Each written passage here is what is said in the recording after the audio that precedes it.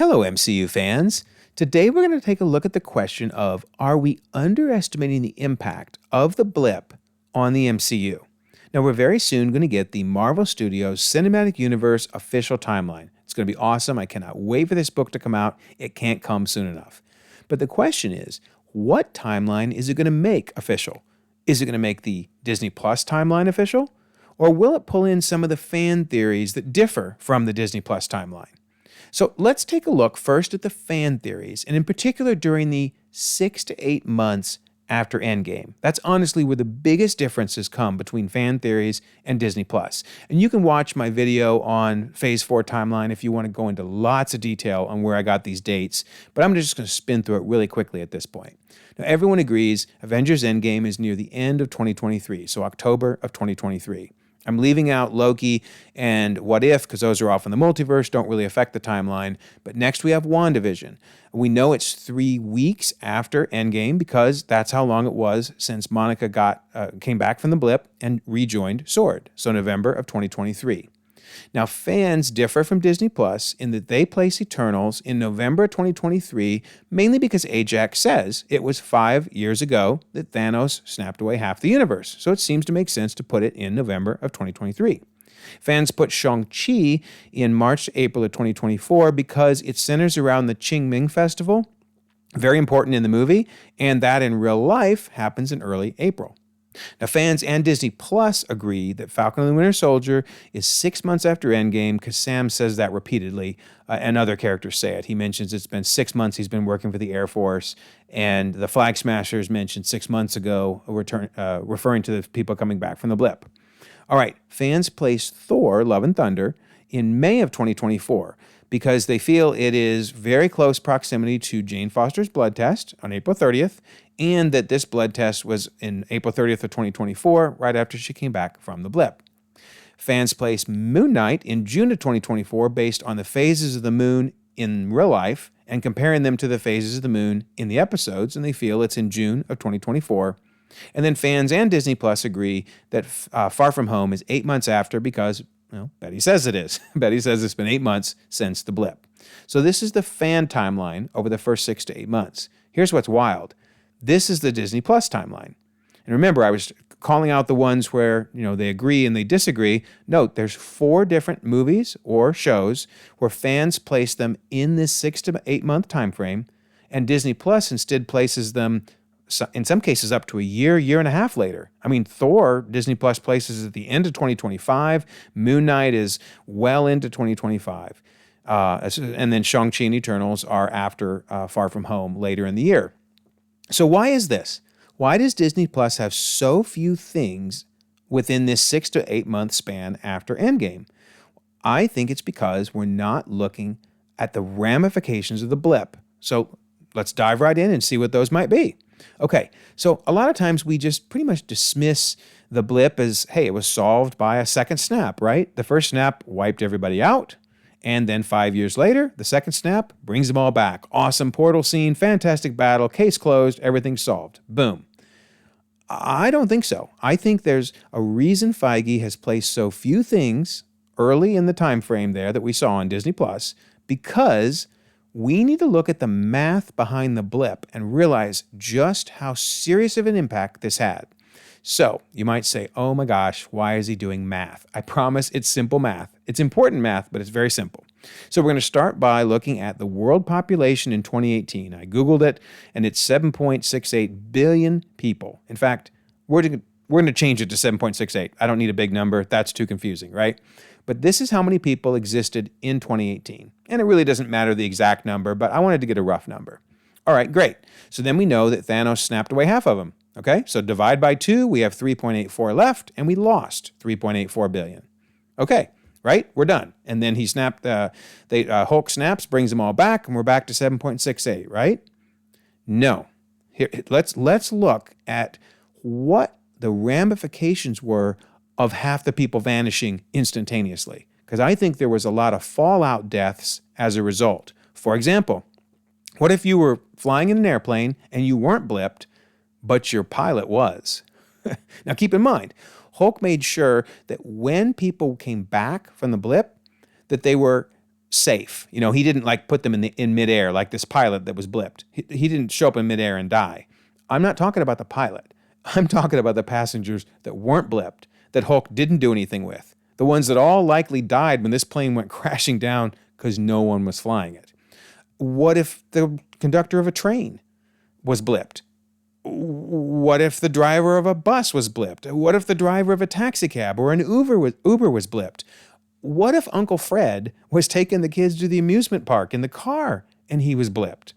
My point is, I think there was massive carnage from having, again, half the planet just vanish.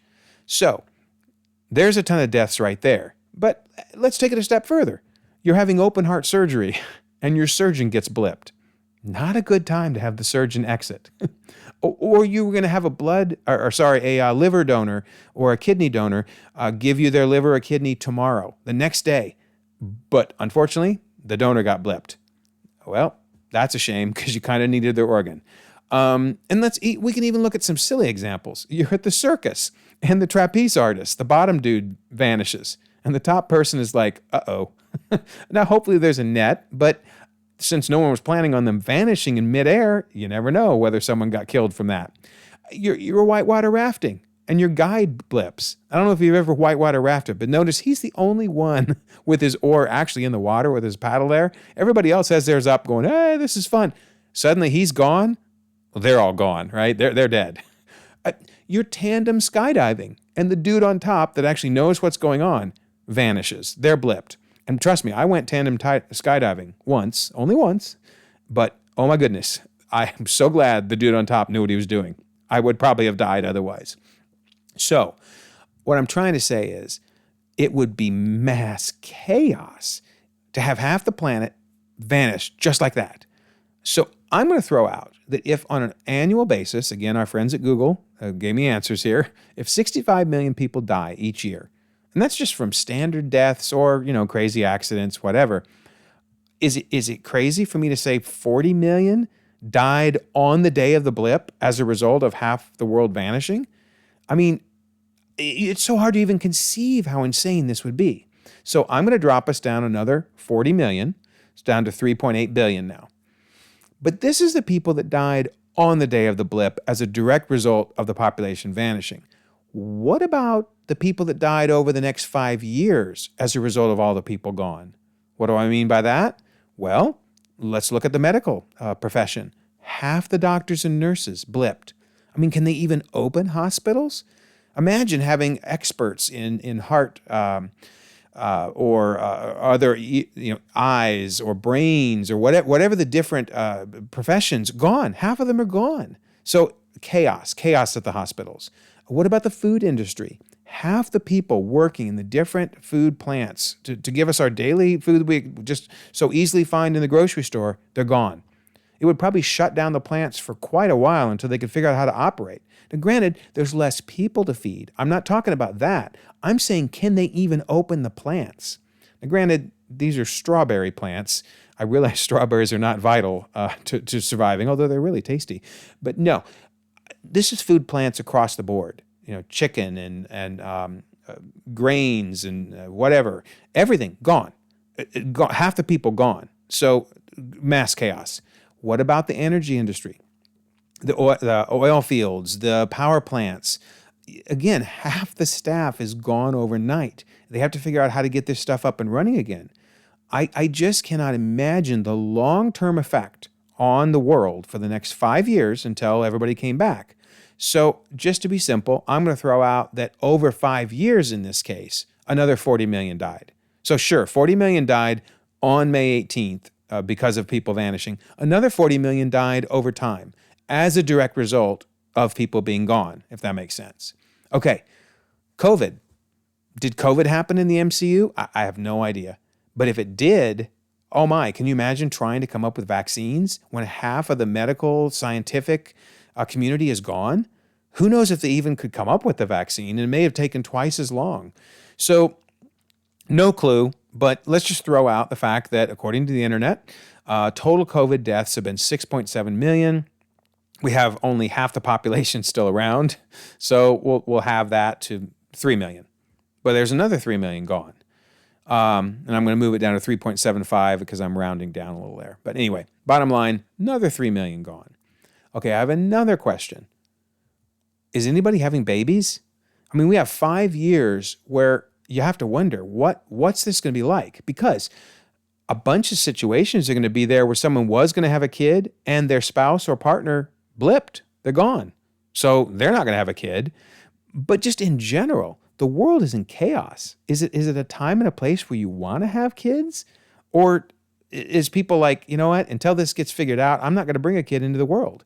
So I'm going to throw out, we're going to see a lot less kids potentially than we normally would. Because remember, it was chaos. Even 5 years later, this scene here is from Endgame. Remember the support group that Steve Rogers led? Even 5 years later, people were still struggling with moving on, still trying to figure out, how do I get up in the morning and find the will to do the day? I just want to go back to bed. Look at the fact that Black Widow, how depressed she was. And I love when Steve Rogers comes in and tells her he saw a pod of whales while he was coming over the bridge. And she says, in the Hudson? And he's like, yeah, fewer ships, cleaner water.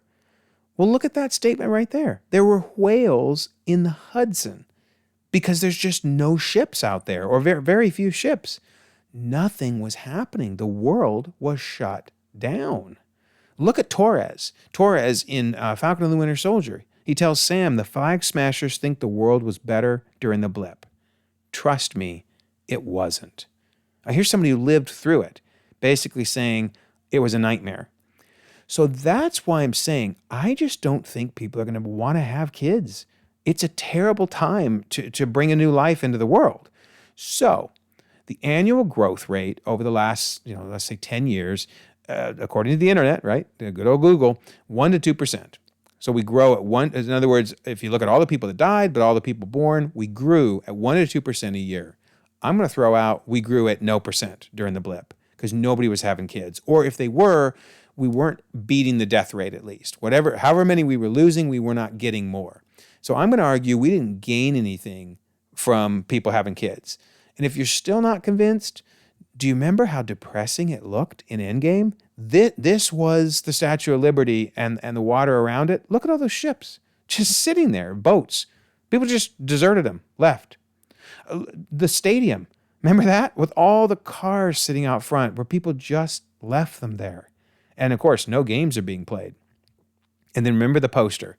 Where do we go now that they're gone? That was during the support group scene. So again, do you want to bring a child into this world? I don't think so. That's why I think we don't see a growth rate. We don't see that going up.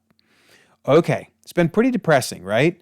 But then, thanks to the, actually depressing, but wonderful sacrifice of Tony Stark, he and the Hulk together brought back half the universe. I guess Hulk technically brought them back, and then Stark made sure that Thanos' troops would not ever get the glove again and take them away again.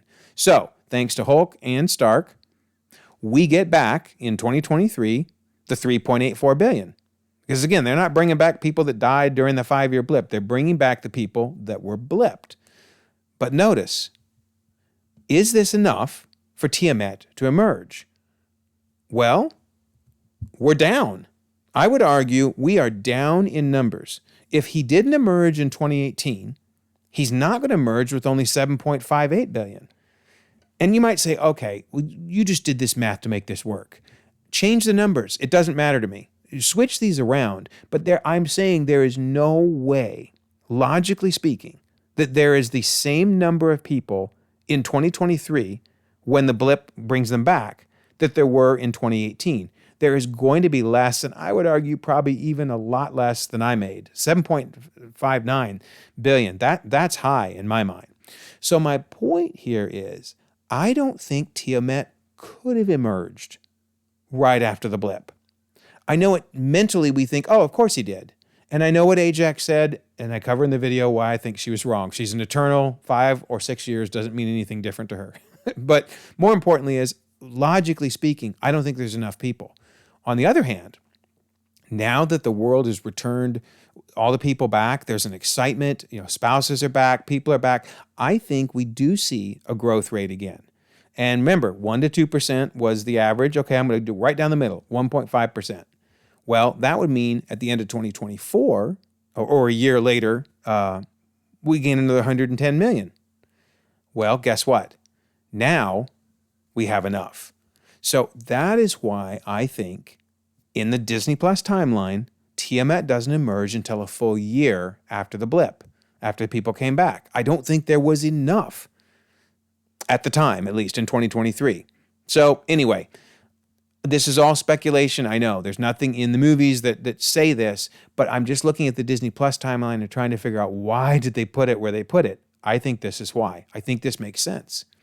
Okay, next, let's look at the life after the blip. So we've covered the blip in detail, right? That why I think there was less people at the time when they came back, and it took a whole year to restoring the world. But let's look at what life was like. Okay, so we know when Sam gave up the shield that he said billions of people reappeared after 5 years, sending the world into turmoil. That was his words. So basically, it was a mess. Yeah, we're glad they're back, but it sent us into turmoil. And Bucky told Sam when he gave up the shield and was so frustrated, Bucky said the world is upside down and we need a new cap. The key is the world is upside down. Then in the Jeep, Walker says the GRC are doing the best they can to get things up and running, reactivating citizenship, Social Security, and healthcare. Stop and think about that for a second. 6 to 8 months after the blip, people don't have healthcare? They don't have Social Security? Oh my word, the world really is still a mess. In fact, it's almost as much of a mess as it was during the blip.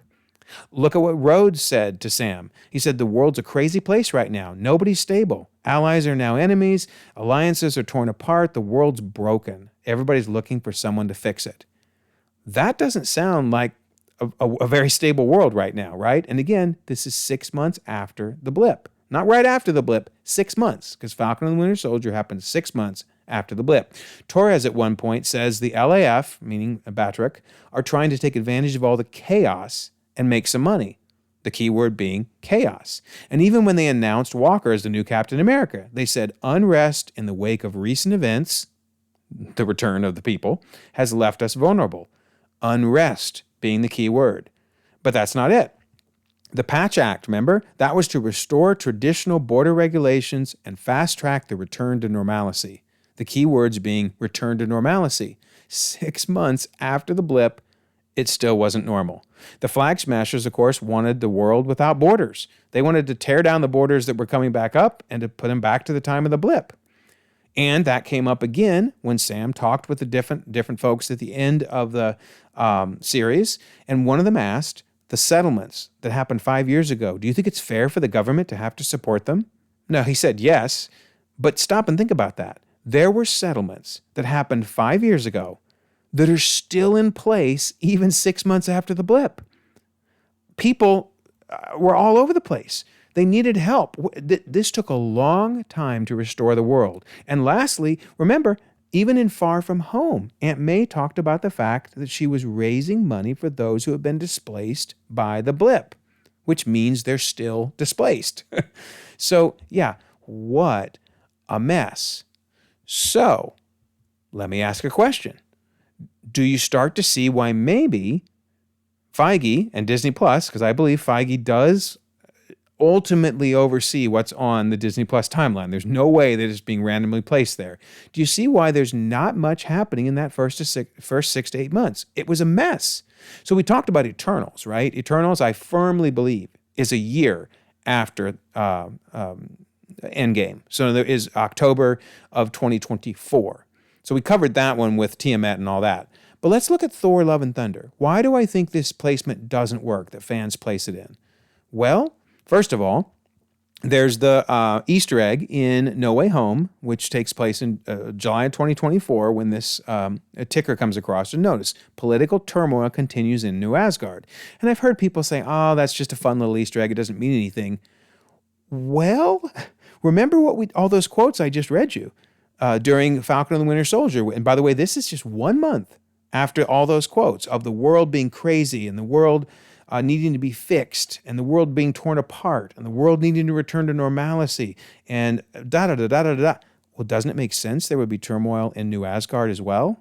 Yeah, it does. This Easter egg perfectly fits with the idea that the world across the globe was in turmoil for many, many months. So then you ask the question of, wouldn't it take a while for tourism to blossom? Remember, at the end of Endgame, this is what it looked like. This is what New Asgard looked like. You can see Hulk and Rocket down there at the bottom.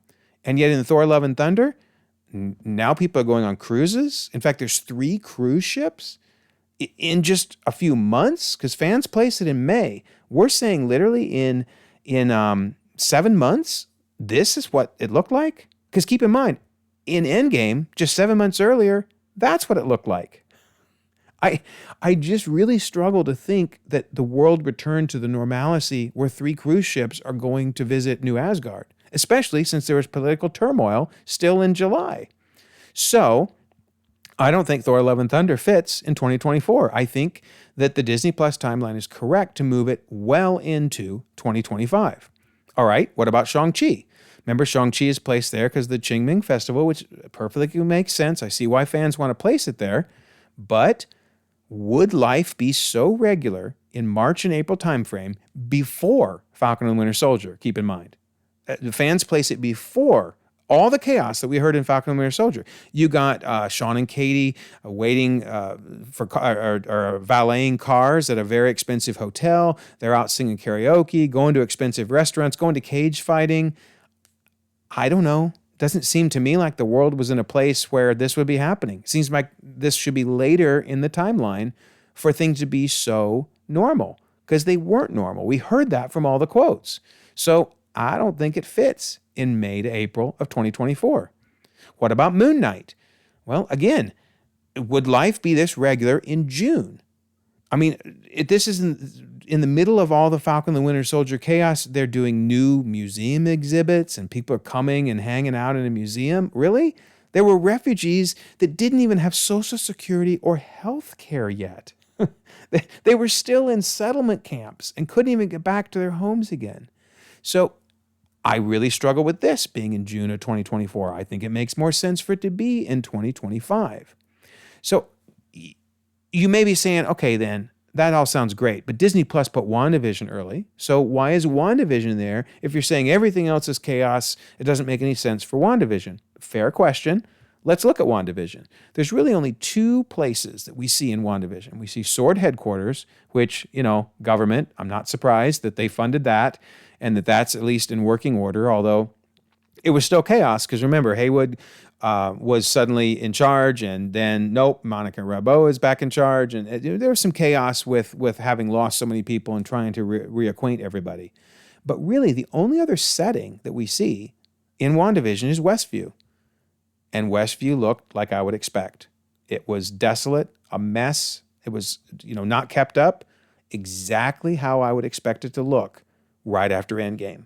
So I would argue, yeah, WandaVision works right where it is. And that's why Disney Plus also has it in November 2023. But then the only other things they have after that are Falcon and the Winter Soldier and Spider-Man Far From Home. So there you have it. Again, this is all just my opinion, trying to put logic behind, honestly, some head-scratching placements by Disney Plus. But when you look at the blip and you process it, you don't just say, oh, they left and they came back and everything's fine. When you think about what this would really be like for the world, this makes sense. I think Disney Plus's timeline makes more sense. So there you go. One last thing I want to throw out is, if you haven't already, go out and join the Discord server. We've created a Discord server of folks that watch this channel, and they're great. They've had so much fun chatting and talking. We've got several groups for general conversation, timeline conversation, theories, etc. There's always someone on. So pop in there, and I will put a link to join the server down in a pinned comment down below. So there you go. Like this video if you don't mind. Subscribe if you haven't already. You can check out more content, and we can all continue to enjoy the ever-growing, the ever-expanding, the ever-blip-surviving Marvel Cinematic Universe.